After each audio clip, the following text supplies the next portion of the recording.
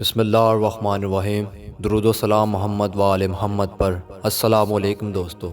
آج کی اس ویڈیو میں ہم بیان کریں گے امام حسین علیہ السلام کا آخری خطاب مورخہ 10 محرم الحرام 61 ہجری کربلا۔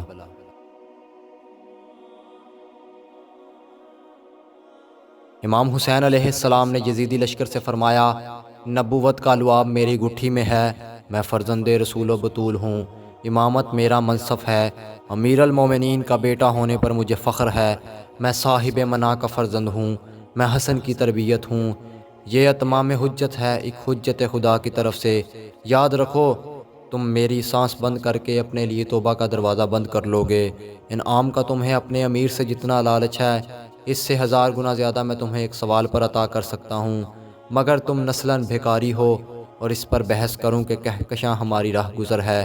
ستارے ہمارے نقش قدم ہے، کتب ہم سے سمت کا تعین کرتا ہے، کعبہ حسین ہماری منزل ہے، بیت المعمور ہمارا پڑاؤ ہے، بسم اللہ ہمارا افتتاحیہ ہے اور بلغ الماء اختتامیہ ہے، انما ہماری تینت ہے، الف لام میم ہمارا تعارف ہے، والعصر ہماری حیثیت ہے، سورۃ الفیل ہمارا ماضی ہے، والفجر ہماری رنگت ہے، فی القربا ہماری قیمت ہے، سورۃ الدہر ہماری سخاوت ہے، من الیشرا ہمارا استحقاق ہے، طٰہٰ ہمارا اوڑھنا بچھونا ہے، مزمل ہمارا حجاب ہے، سورۃ القدر میں ہماری قدریں ہیں، ہم حالت نماز میں قبلوں کا تعین کرنے پر قادر ہیں اور رکوع میں فروغ کی دیگر ضرورتیں پوری کرنے کی توفیق رکھتے ہیں، ہماری وضع داری کا نام ہی شریعت ٹھہرا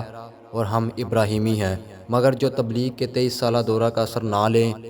وہ امامت کے استغاثہ سے کب سنوریں گے؟ تم انعام کے لالچ میں اپنے ہی پیغمبر کے ناموس کو رسوا کرنے پر تلے ہوئے ہو اور یہی تمہارے لیے دائمی عذاب کا موجب بنے گا۔